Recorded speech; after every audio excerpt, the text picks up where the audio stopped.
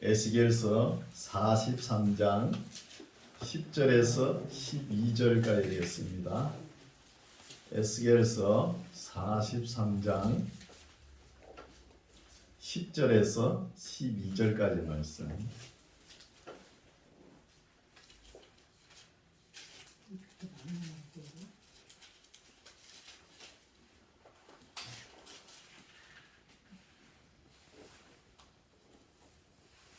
찾으셨죠? 다 같이 읽겠습니다. 10절. 인자야, 너는 이 전을 이스라엘 족속에게 보여서 그들로 자기의 죄악을 부끄러워하고 그 형상을 청량하게 하라. 만일 그들이 자기의 행한 모든 일을 부끄러워하거든 너는 이 전의 제도와 시간과 그 출입하는 곳과 그 모든 형상을 보이며 또 그 모든 규례와 그 모든 법도와 그 모든 율례를 알게 하고 그 목전에 그것을 써서 그들로 그 모든 법도와 그 모든 규례를 지켜 행하게 하라. 전의 법은 이러하니라. 상품대기 지점의 주인은 지극히 거룩하리라. 전의 법은 이러하니라. 아멘. 할렐루야. 한 주간 건강하셨죠? 오늘도 하나님께서 귀한 말씀을 주실 줄 믿습니다. 하나님 사랑합니다. 하나님께서 함께하여 주실 줄 믿습니다. 오늘 말씀은 에스겔서를 끝내려고 합니다. 오늘 9장을 한꺼번에 제가 설교를 합니다. 그냥 이것을 하나하나 읽지는 다 못하고 이게 40장부터 48장까지는 이스라엘 백성들이 바벨론 포로에서 돌아와가지고 이루어질 뻔한 에스겔이 예언을 한 거예요. 예언을 했는데 이 하나님의 계시를 받아들이는 자세가 되어 먹지 못해가지고 이 계시가 이루어지지 않은 것입니다. 그러면 이루어지지 않았으니까 이스라엘 백성에게도 해당이 안 되고 이방인 우리는 더 해당이 안 되겠죠. 그렇다고 우리에게 해당 안 된다고 하나님께서 말씀을 기록해 놨는데 안 볼 수 있습니까? 다 봐야 되죠. 우리 교회는 다 봐야 됩니다. 이스라엘 역사라 그러면서 우리하고 뭔 상관이 있길래 왜 이런 말씀을 설교하나? 이렇게 반문하실 분도 있을 거예요. 그러면은 하나님의 심정을 어떻게 우리가 다 알 수 있습니까? 이스라엘 역사를 통하지 않으면은. 그래서 오늘 말씀도 이루어질 뻔한 에스겔의 예언인데 이루어지지 않는 계시입니다. 이런 말씀을 먼저 서두에 우리 마음에 담고 이 말씀을 제가 다 읽지를 못하고 진도는 빨리 좀 나갑니다. 40장으로 돌아갑니다. 40장. 에스겔서 40장에 보면은 1절에 우리가 사로잡힌 지 25년이요. 이제 에스겔이 사로잡힌 해가 언제죠? BC 597년이에요. 597년이니까 25년이 지났으니까 572년이 됩니다. BC 572년이요. 성이 예루살렘 성이 함락된 후 14년 정월 10일이라는 거예요. 10일 날 곧 정월 10일 날 곧 그날에 여호와의 권능이 내게 임하여 나를 에스겔을 데리고 이스라엘 땅으로 가는 거예요. 에스겔 몸을 들어가지고 가는 게 아니고 이상 중에 에스겔을 데리고 이스라엘 땅으로 데리고 가는 거예요. 이때가 언제냐?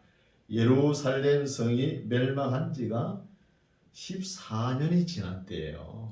그러면 572년입니다. 그런 때에 2절에 보면은 하나님의 이상 중에 나를 데리고 그 땅에 이르러 예루살렘 땅에 이르러. 지금 에스겔은 어디 있죠? 바벨론 땅에 있지 않습니까? 이스라엘 땅에 이르러 나를 극히 높은 산 위에 에스겔을 산 위에 내려놓으시는데 거기서 나무로 향하여 성읍 형상 같은 것이 있더라는 거예요. 나무로 향하여 예루살렘 성을 변화된 모습을 에스겔에 보여주는 거예요. 보여주면서 너희들이 바벨론 포로에서 돌아올 때 내가 이런 계획이 있다는 거예요. 하나님께서 이런 엄청난 아름다운 예루살렘 성도 보여주고 에스겔에게 이렇게 내가 꾸며 나갈 것이다 하면서 에스겔에게 먼저 보여주는 거예요. 에스겔이 봤으니까 이렇게 기록해놨지 않습니까? 이때 예루살렘 성읍은 한 800고지입니다. 지금도 그렇지만 800고지만 선선하니까 살기가 좋지요. 이보다 더 높은 곳은 헤브론 지역이 있죠. 거기는 1000고지가 됩니다. 1000고지. 더 살기가 좋죠. 높은 고지가. 우리나라는 달동네라 그래가지고 높은 데는 빈민들이 산다 이렇게 생각하죠. 이스라엘 땅에는 부자 동네입니다. 높은 고지가. 그리고 5절에 보면은 동쪽으로 예루살렘 성이 있는데 동쪽으로 향한 문이 있고, 또 20절에 보면은 북쪽으로 향한 문이 있고, 또 24절에 보면은 남쪽으로 향한 문이 있다는 거예요. 예루살렘 성이. 그리고 38절에 보면은 안뜰 북쪽 문에 또 이 성 안에 부속 건물들이 있고, 이걸 에스겔에게 보여주는 거예요. 넘어갑니다. 그리고 48절에는 또 성전 문 현관을 보여주는 거예요. 성전 문 현관. 그리고 41장으로 넘어갑니다. 41장 1절에 그가 나를 데리고, 하나님께서 나를 에스겔을 데리고 성소에 이른다는 거예요. 그러면 성소도 있다는 거예요. 예루살렘 성이 있고 남문, 북문, 그죠? 이런 동쪽 문도 있고 또 성소도 있고, 성소도 있고. 41장 4절 보십시오. 그가 내 전을 향하여 청량하니 장이 20척이요 광이 20척이라. 그가 내게 이르되 이는 지성소니라는 거예요. 성소도 있고 지성소도 있다는 거예요. 예루살렘 성에 문도 있고 이런 것을 에스겔에 보여줍니다. 이렇게 회복될 것이다 하면서 예루살렘에 다시 재건될 수 있는 다시 설계도를 누구한테 보여줍니까? 에스겔에게. 이상 중에 구상도를 보여주는 거예요. 에스겔에게. 그리고 42장으로 넘어갑니다. 그런 내용이고, 42장에 보면은 13절 보십시오. 42장 13절. 13절 그가 내게 이르되, 하나님께서 내게 이르되 좌우 골방 뜰 앞 곧 북편 남편에 있는 방들은 거룩한 방이라. 여호와를 가까이 하는 제사장들이 지성물을 거기서 먹는다는 거예요. 그러면 제사장들도 있죠. 예루살렘 성도 있고 성문도 있고 성소도 있고 지성소도 있고 제사장들도 있다는 거예요. 제사장들. 이렇게 이런 모습을 보면은 천국은 아니겠죠. 천국은. 그리고 이 땅에 새롭게 예루살렘이 건설될 것이라는 것을 에스겔에게 땅에 구체적으로 보여주는 거예요. 보여준 이런 모습으로. 그리고 예수님 이후에는 이 지성소, 성소, 휘장이 다 찢어지면서 예수님께서 단번에 들어가셨지 않습니까? 신약 시대에도 안 맞는 것이죠. 이 예언이.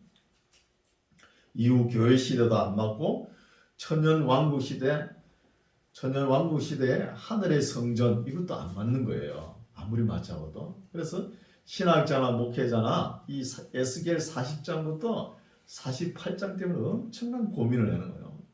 그 주석책들을 봐도 전부 다 자기 생각을 적어 놓는 거예요. 일치가 안 됩니다.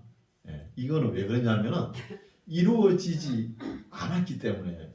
이루어질 뻔했는데 이스라엘 백성들이 하나님의 규례와 법도를 잘 지키고 철저히 회개하고 겸허한 자세로 이런 예언을 받았을 때, 에스겔이 설명했을 때 반듯하게 받아들여가지고 거룩한 삶을 살았다면은 이런 일이 이루어졌을 거예요. 이루어지지 않는 예언입니다. 43장 보십시오. 43장 6절. 들은저 누구인지 전에서 성전에서 내게 말하더니 사람이 내 곁에 서서 내게 이르시되 인자야 이는 내 보좌의 처소 내 발을 두는 처소 내가 이스라엘 족속 가운데 영원히 거할 곳이라 하는 거예요. 그래 영원히 거할 곳이라 그러면서 아직도 구약이죠. 네, 성전 이야기를 계속 하는 거예요. 성경 이야기를. 이것을 오늘날 교회와 비춰봐도 안 맞는 거예요. 9절 보십시오. 9절. 이제는 그들이 이스라엘 백성들이 그 음란과 그 왕들의 시체를 내게서 멀리 제하여 버려야 할 것이라 그리하면 이렇게 하면은 하나님께서는 또 이렇게 너희들에게 해주겠다. 이게 뭐예요? 조건적 약속이라는 거예요. 조건적 언약이에요. 이방인은 다릅니다. 이방인은 무조건적이에요. 우리가 하나님 앞에 뭘 안 해도 하나님께서 주는 거예요. 이스라엘 백성은 다른 거예요. 택한 백성이기 때문에. 그래서 조건적 약속이죠. 그리하면 내가 영원토록 그들의 가운데 거한다는 거예요. 이스라엘 백성들 가운데.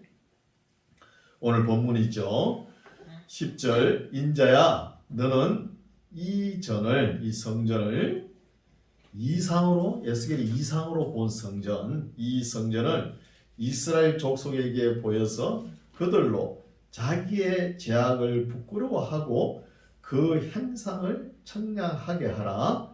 만일 중요하죠. 이게 만일 그들이 자기의 행한 모든 일을 부끄러워하거든이에요.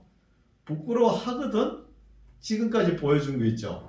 이렇게 하신다는 거야 하나님께서.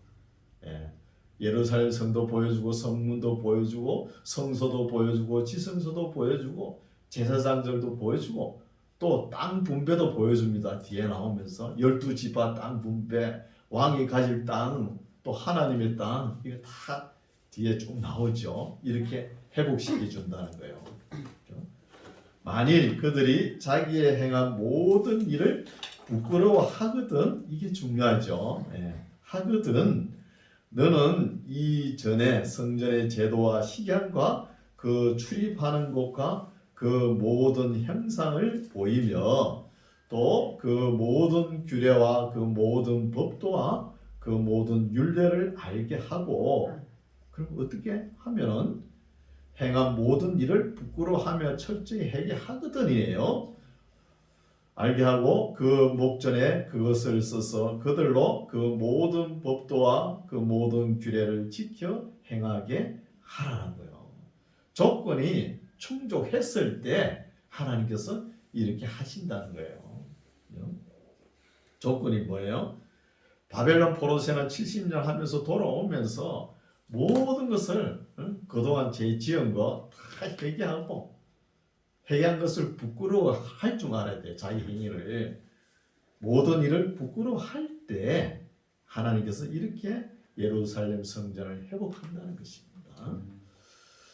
12절 전의 법은 성전의 법은 이러하니라 산꼭대기 지점에 주인은 지극히 거룩하리라. 전의 법은 이러하다는 거예요.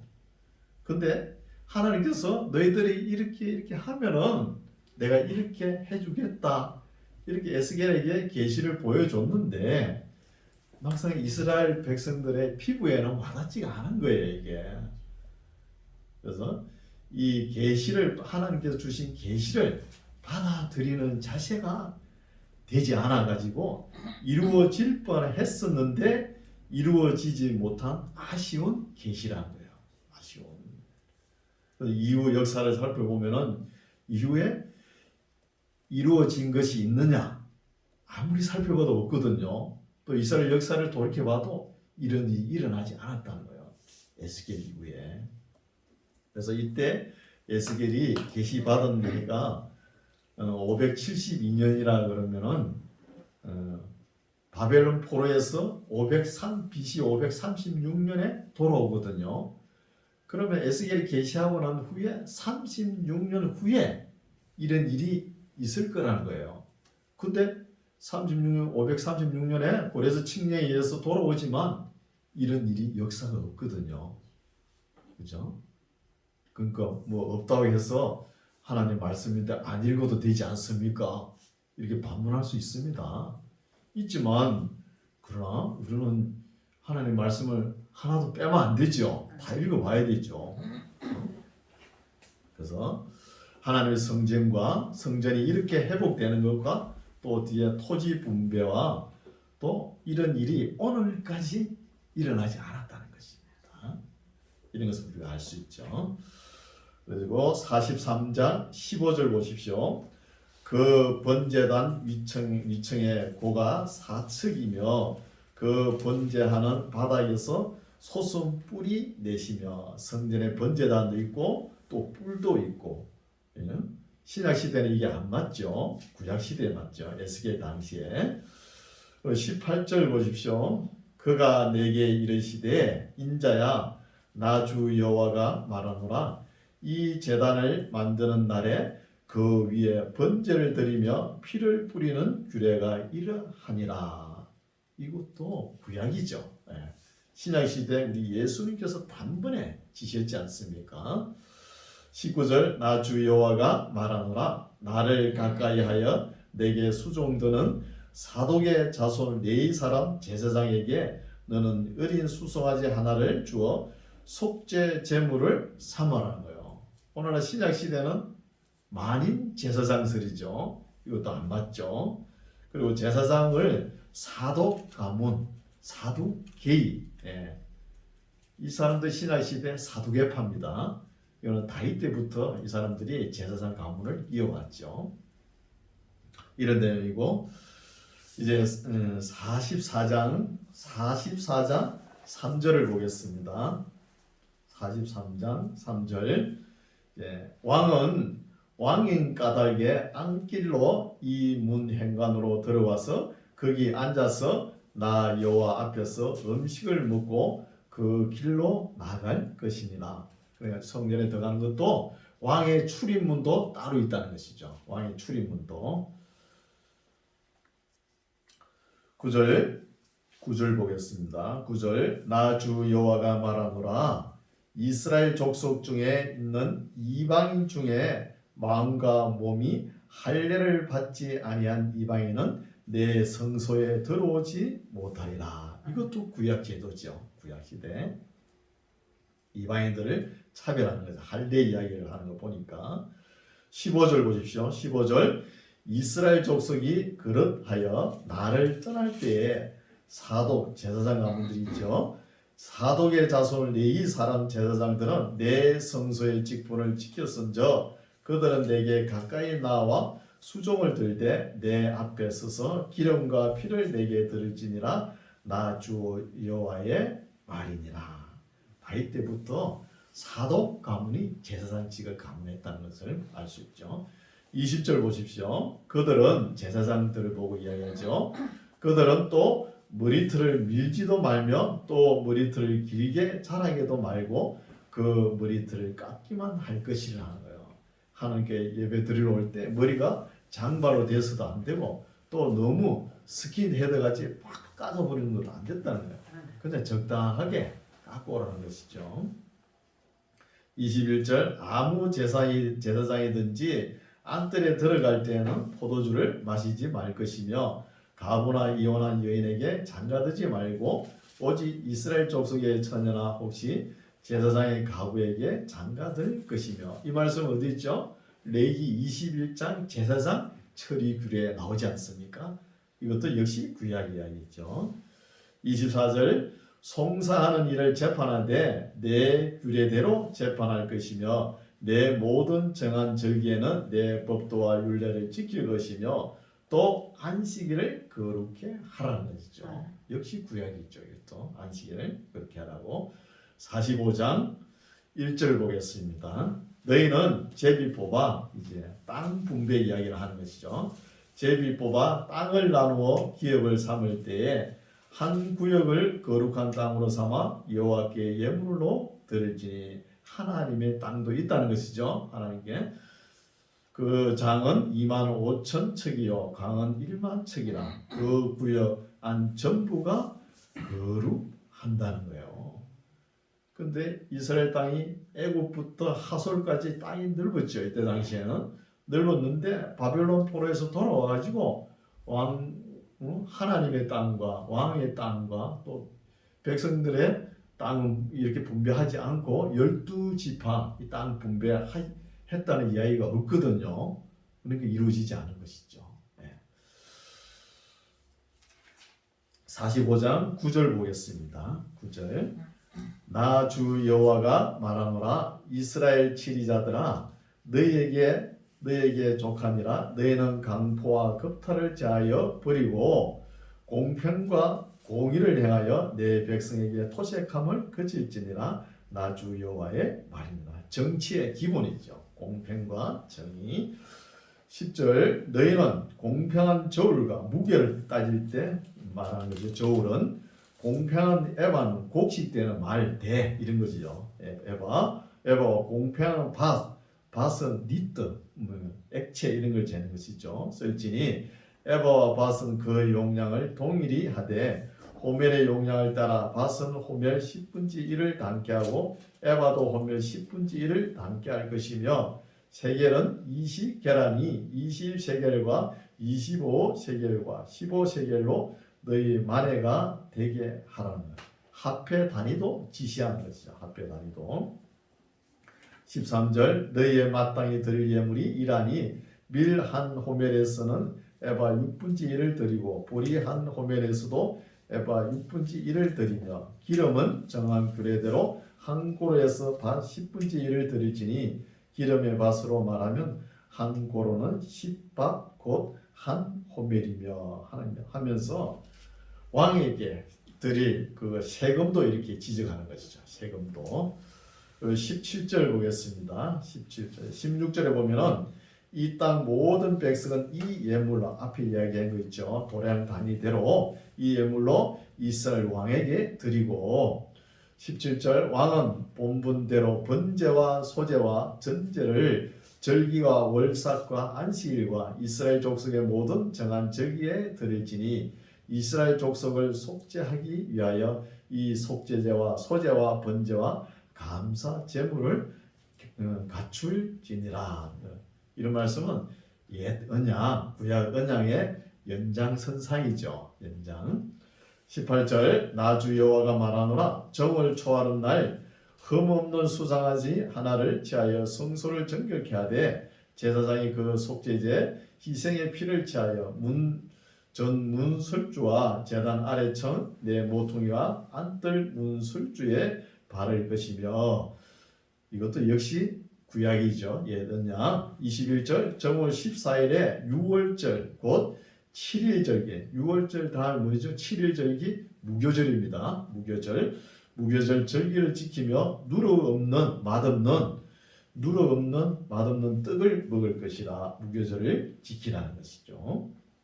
46장에는 안식일과 월삭에 대한 이야기입니다. 이것도 역시 구약 옛 언약 이야기고 18절 보십시오. 18절 왕은 백성의 기업을 취하여 그 산업에서 쫓아내지 못할지니라는 거. 왕이 말이야 그 권력을 인해 가지고 온전히 독재 전횡을 행하지 말라는 거예요. 왕의 힘으로 왕은 백성의 기업을 취하여 그 산업에서 쫓아내지 못할지니 왕이 자기 아들에게 기업으로 줄 것은 자기 산업으로만 하라는 거예요. 백성들을 빼앗아 가지고 자기 아들들에게 주지 말라는 것이죠. 할 것이니라 백성으로 각각 그 산업을 떠나 흩어지지 않게 할 것이라는 거예요. 왕도 중요하지만 오늘날 목회자도 이런 말씀을 그걸 삼아야 돼요. 목회자 그거 힘으로만 교회를 갖다가 전행으로 자기 마음대로 움직이는 교회가 있죠. 문제가 있습니다. 그거는 어떤 일이라도 성도들과 또 그 당회가 있지 않습니까? 당회가 하나 된 모습으로 일을 추진해야지 목회자 전행으로 말해 모든 일을 추진하고 독재와 똑같은 거예요. 그런 거 하지 말라는 거죠. 47장 우리가 부흥 강사님들한테 설교를 많이 들으셨을 거예요. 하나님의 은혜의 물이 문지방에서 나와가지고 발목에까지 차고 무릎까지 차고 허리까지 차고 목까지 차가지고 온 강을 이루고 그 강이 흘러가지고 지중해 대해까지 사해까지 흘러가지고 사해 바다에 물고기가 이렇게 뛰어놀 것이다. 이렇게 많이 들었죠. 설교를. 한때 한참 유행했습니다. 저도 그런 줄만 알았어요. 얼마나 은혜스럽습니까? 근데 이것도 보면은 이루어지지 않는 일이에요. 않았던 일입니다. 그래서 한번 읽어볼까요? 47장.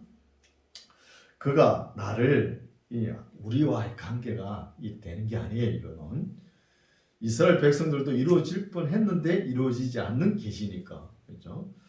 47장 1절. 그가 하나님이 나를 에스겔을 데리고 성전 문에 이르시니 전에 성전의 전면이 동을 향하였는데 그 문지방 밑에서 물이 나와서 동으로 흐르다가 동쪽으로 흐른다 그러면은 여리고 쪽이죠. 여리고 쪽으로 흐르고 또 저 성전 우편 제단에서는 남편으로 흘러내린다는 거. 남편은 사해 쪽으로 그런 거예요. 남쪽으로는. 2절 그가 또 나를 데리고 북문으로 나가서 바깥길로 말미암아 꺾여 동양한 바깥문에 이르시기로 본적 물이 그 우편에서 스며 나오더라.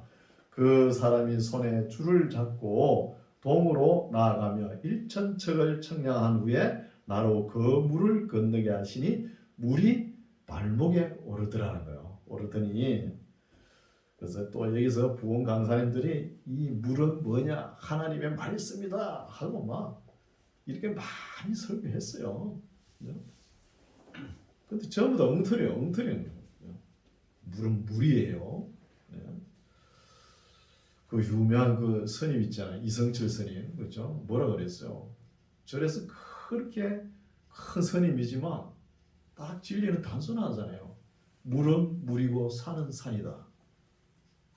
절에 가라 그러면 가지 마라. 그 가서 아무것도 배울 것도 없다. 4절 다시 1,000척을 청량하고 나로 물을 건너게 하시니 물이 무릎에 오르고 다시 1,000척을 청량하고 나로 물을 건너게 하시니 물이 허리에 오르고 다시 1,000척을 청량하시니 물이 내가 건너지 못할 강이 된지라 그 물이 창이라여 헤엄할 물이요 사람이 능히 건너지 못할 강이더라. 그가 내게 이르시되 인자야 너가 이것을 보았느냐 하시고 나를 인도하여 강가로 돌아가게 하시기로 내가 돌아간즉 강 좌우편에 나무가 심이 많더라. 그가 내게 이르시되 이 물이 동방으로 향하여 흘러 아라바로 내려가서 바다에 사해져. 아라바 쪽은 여리고 동편이고요. 여리고 내려가서 바다에 사해 바다에 이르리니 이 흘러내리는 물로 그 바다의 물이 소성함을 얻을지라. 이 강물이 이르는 곳마다 번성하는 모든 생물이 살고 사해 바다에 생물이 삽니까? 그 엄청 짠 물인데 너무 짜가지고 살 수가 없잖아요. 모든 생물이 살고 또 고기가 힘이 많으리니 이 물이 흘러 들어가므로 바닷물이 소성함을 얻겠고 이 강이 이르는 각처에 모든 것이 살 것이며 또 이 강가에 어부가 설 것이니 엔게디에서부터 에네글라임까지 그물 치는 곳이 될 것이라.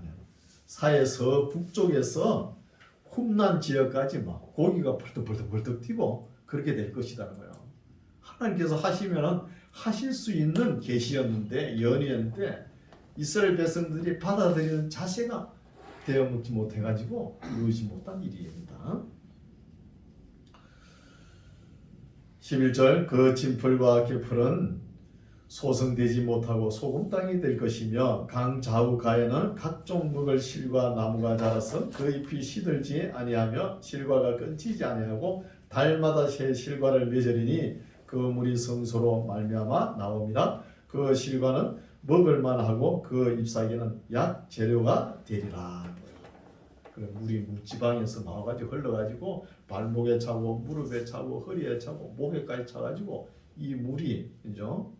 그리고 강을 다 흘러가지고 사해 사해 바다까지 올라가지고 사해 물이 깨끗해져 가지고 고기가 막 뛰놀도록 이렇게 하나님의 계획이 있었다는 거예요.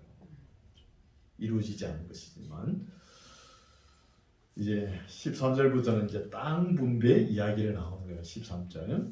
나주 여호와가 말하노라 너희는 이 지계대로 이스라엘 12지파에게 이 땅을 나누어 기업이 되게 하되 요셉에게는 두 분깃을 주라는 거예요. 바벨론 포로에서 돌아와 가지고 이렇게 땅을 나누은 역사가 없거든요. 없었습니다. 이렇게 복스러운 계획이 하나님께서 계획을 하고 있었지만 이스라엘 백성들이 자기가 지은 죄를 그렇게 부끄러워하고 회개하고 하나님 말씀과 규례를 따르려고 애를 썼으면 이루어진 계시예요. 그렇게 하지 않았기 때문에 이루어지지 않은 것입니다.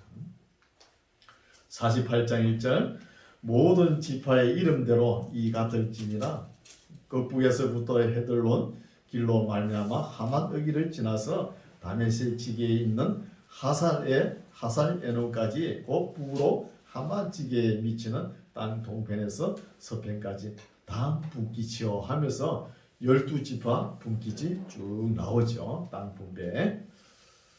그리고 30절 보십시오. 30절 48장 30절 그 성읍의 출입구는 이라하더니 예루살렘 출입구 북편의 광이 넓이가 4,500척이라는 거예요.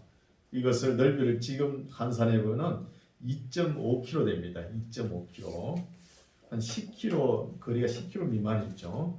2.5km 한 변이 2.5km 같으면 4변 같으면 10km가 넘죠. 10km 정도 되죠. 31절 그 성읍 문들은 이스라엘 지파들의 이름을 따를 것인데 계시록에 나오죠. 12지파 이름 따가지고 4개 문이 나오지 않습니까? 그런 것처럼 그것인데 북으로 문이 셋이라 하나는 로벤 문이요 하나는 유다 문이요 하나는 레위 문이며 이렇게 12지파 이름이 쭉 나오면서 문이 열리는 거예요.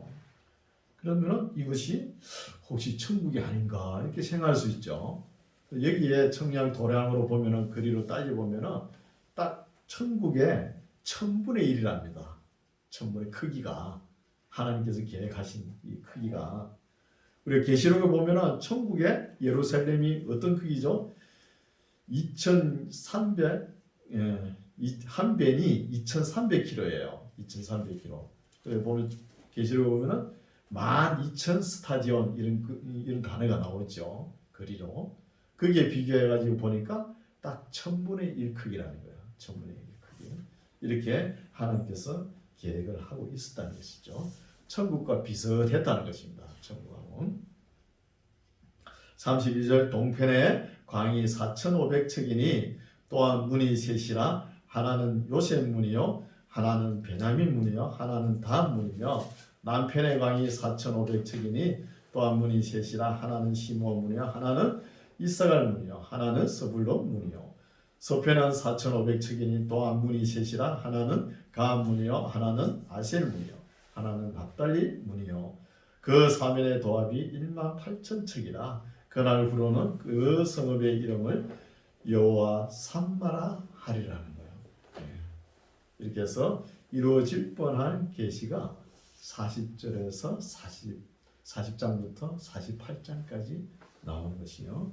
이것이 이스라엘 나라에도 역사가 이루어지지 않았고 이방인 우리에게는 해당이 되지 않습니다. 않지만 그래도 우리가 하나님 말씀인데 읽어나 봐야 될 거 아닙니까? 그렇죠? 하나님께서 이렇게 계획하고 계시지만 사람들이 따라오지 않으면은 이 계획을 실행하지 않는다는 거예요. 또 우리 시편에 나오죠. 우리가 계획을 어떤 일을 하고자 계획을 할지라도 하나님께서 도와주지 않으면은 이루어지지 않죠.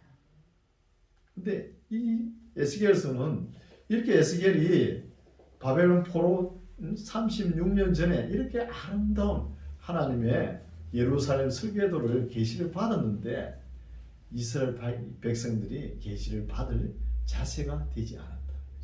그래가지고 이루어지지 못한 것이죠. 참 아쉬운 이야기입니다.